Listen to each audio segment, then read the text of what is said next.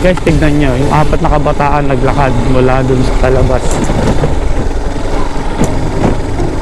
Pwede nyo rin gawin yan pag pumunta kayo dito. Pwede naman mag-tricycle, pwede rin motor, pwede rin 4 wheels. Pero ang tsaga nila, no? Shout out! Uy, doggy! Doggy! Ganda, no?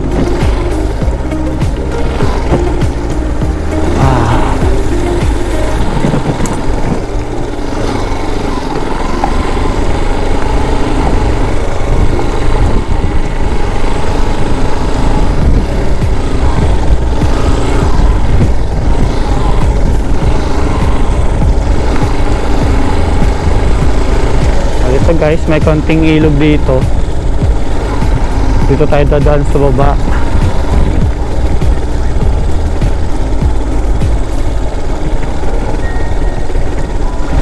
Saan mababa? Dito mababa.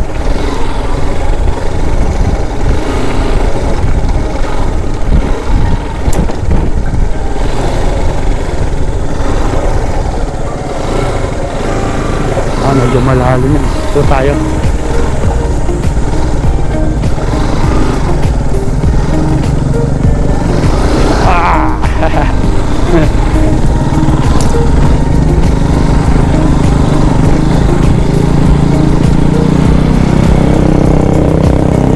Bilis eh, no? Hindi ko kayang ganyan kabilis.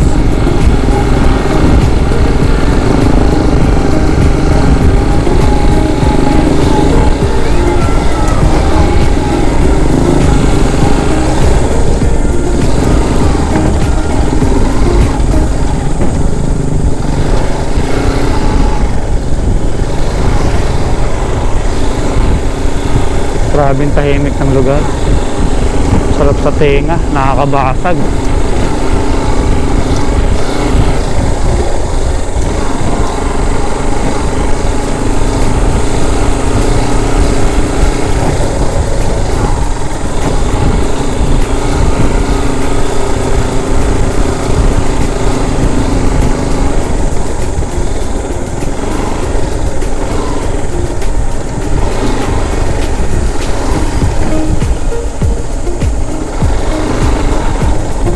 Dito tayo dito.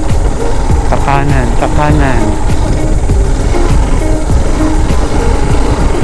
So medyo mabigat yung feeling ng motor ko ngayon kasi may box ako sa likod. GG box. Doon kasi natin nilagay yung iba nating gamit para kung umulan man. Tulad yan, oh, maputik na. Sabi sa akin, kapag ganito daw, pag maputik, huwag mo iwasan yung tubig kasi doon daw mas safe. Sabi nung local dito na nakausap ko. Kaya pag umulan man, at least may idea na tayo. Walang cut tong video natin para malaman nyo talaga kung gaano kalayo yung rough road na sinasabi ko sa inyo kung gusto nyo pumunta dito.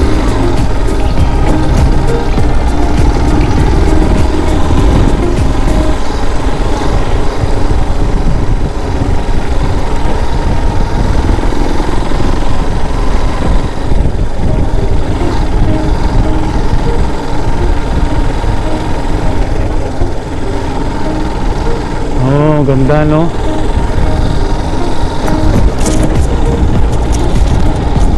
May tara. Bago tayo.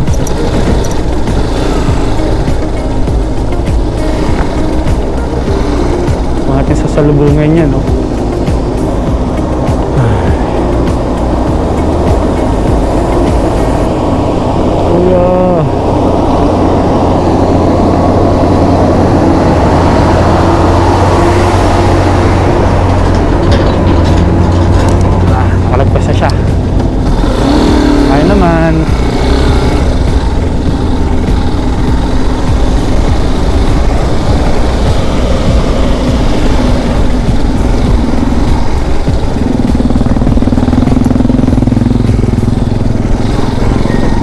Mas okay pa yung daanan dito kaysa sa Triple P campsite. Sa Triple P campsite kasi puro bato. Another ilog na dadaanan. Buha, siga tong aso na to ha. Pero yung mga ilog naman dito, hindi naman ganun kataasan. Tulad yan, no? Siguro dahil mababa yung tubig, wala kasing ulan.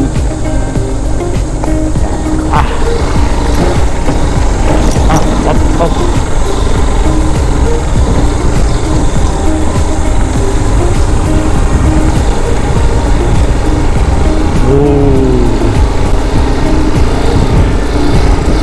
Ayun eh, puro mahogany yun.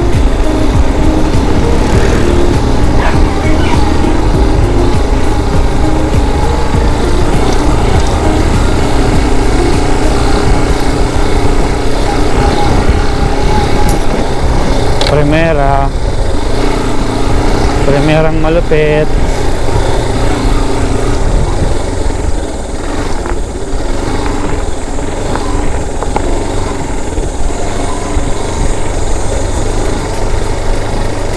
May bridge ulit tayong madadaanan. Pag nakita nyo yung bridge na yan, left lang tayo.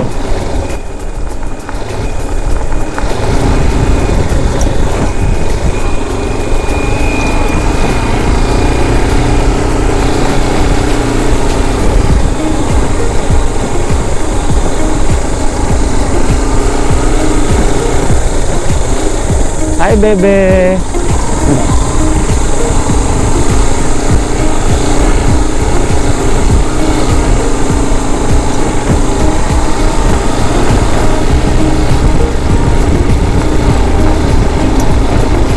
May mga ulit dito. So bumiyaya ko ng 7:51. Nandito na ako sa location from Quezon City. Ito na yung mahogany. Ang tawag nila dito, mahogany forest. Nandito na ang tubig, oh.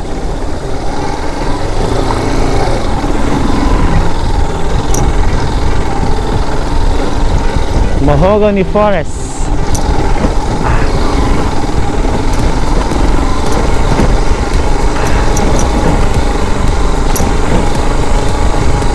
Ang ganda, lamig.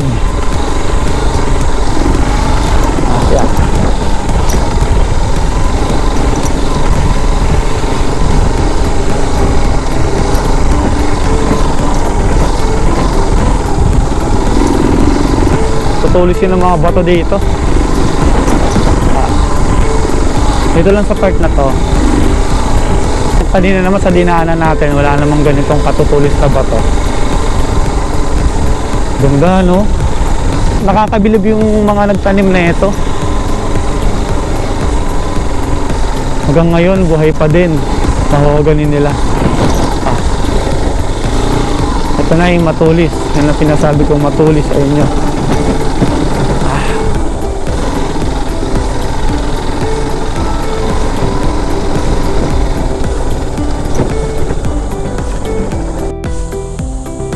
Ito na, guys. Ito na yung Blue Rock.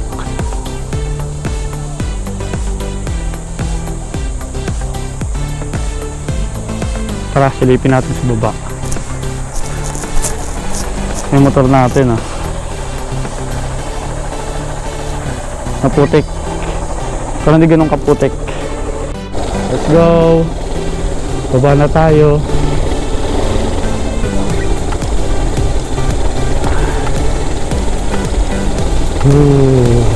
Lamig dito. Pwede mag-campo. Diba? Yung mga duyan lang sila, oh. Tinatali nila sa mahogany. All goods na, diba? Militar.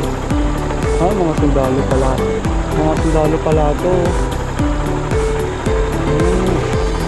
Sundalo pala sila, sir. Pwede ka mag-camp dito.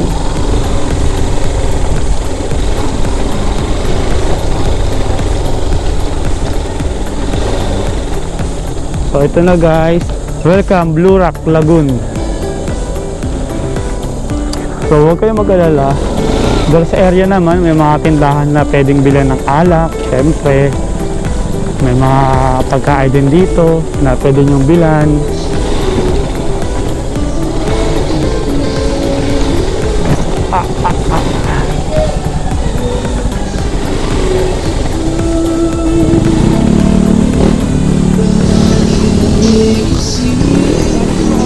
Hello po. Pagkita ka na, sir? Apo, pag-video lang po. Sige po. So, mag-ilag muna tayo dito sa flagship nila. Ito yung pinaka-ano nila, ma'am. Reception area. So, after mag-fill up, magkano po babayaran natin? Flight na po. 30 pesos. Tapos sa motor po, 20. Parking na po yun. Opo. Sa inyo na po magbabayad? Dito na po kayo magpa-parking. Dito na po. Yun na lang po. Alisin po. Then, sa motor. Pwede po ba magdikit dito ng sticker? Pwede po. Guys, kita yung sticker. Sticker. Dito na lang. Bukod na yun, bukod na yun. Bukod na ng bago. Yan na lang. Kita nyo ba? Salamat po. Pwede naman po dito mag-drone, di ba? Sige po. Thank you.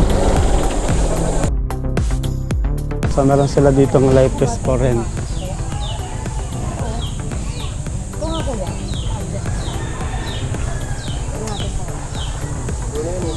Para sa mga bata. Ito yung parking nila. Guys, nandito na ako ngayon sa Blue Rock, mas kilalang Blue Lagoon. May taas pa daw to, pero di na daw kaya ng motor. So makakapasok lang daw doon yung puro nakabike. So may bayad dito na 250 sa cottage. Ito na yung tubig dito. So may mga pambata naman. Ang linaw oh.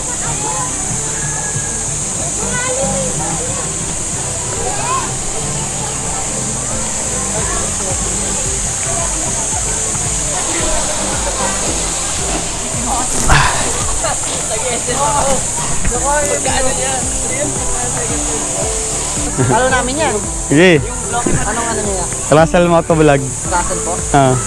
Nag-overnight ba kayo dito? Hindi po, ngayon lang. Pwede naman mag-addis dito. Shoutout sa inyo. Taga dito lang din kayo? Wala ano po. Rangan. Mas malapit lang. Tricycle. Ang motor. Grabe daanan dito, no? Pag umulan dito, grabe. Sige, thank you. Shoutout sa inyo.